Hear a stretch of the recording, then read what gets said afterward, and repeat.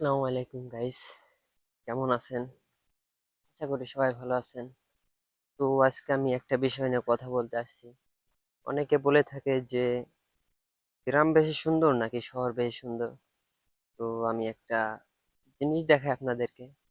এই যে দেখতেই পাচ্ছেন, পরন্তু বিকালে এই ধান ক্ষেতের মাঝখান দিয়ে আতাল দিয়ে যাইতেছি। এটা হয়তো শহরের মানুষ বুঝবে না, শুধু এর ফিলিংসটা গ্রামের মানুষই বুঝবে যে এর ফিলিংসটা কিরকম। আমার কাছে মূলত বেশ সুন্দরই লাগতেছে, কারণ আমরা গ্রামের ছেলে আর গ্রামে থাকি সব সময়। এসব আমাদের কাছে ভালোই লাগবে। তো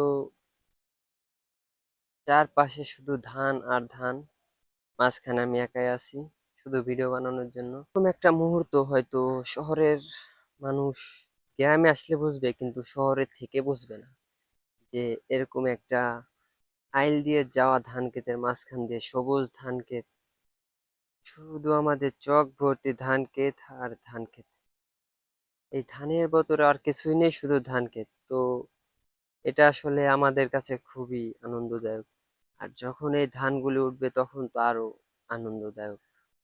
হয়তো শহরে অনেক দালান কোঠা আছে, নামি দামি রাস্তা আছে, আর আমাদের গ্রামে আছে সুন্দর প্রকৃতি, ঠান্ডা বাতাস, আর চারিদিকে পাখির কিচিরমিচির।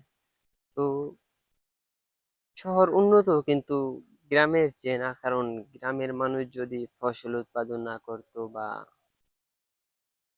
সবকিছু ফলাই না দিত, তো শহরের মানুষ কি করতো? তো আমি আসলে আমাদের গ্রামকেই আগায় রাখবো। আর শহরেরও উন্নত আছে, আর শহরও অনেক শিল্প কারখানা, অনেক কাঠামো আছে। তো আমার কাছে আসলে গ্রামটাই বেস্ট, তো আমি গ্রামে থাকি আরো।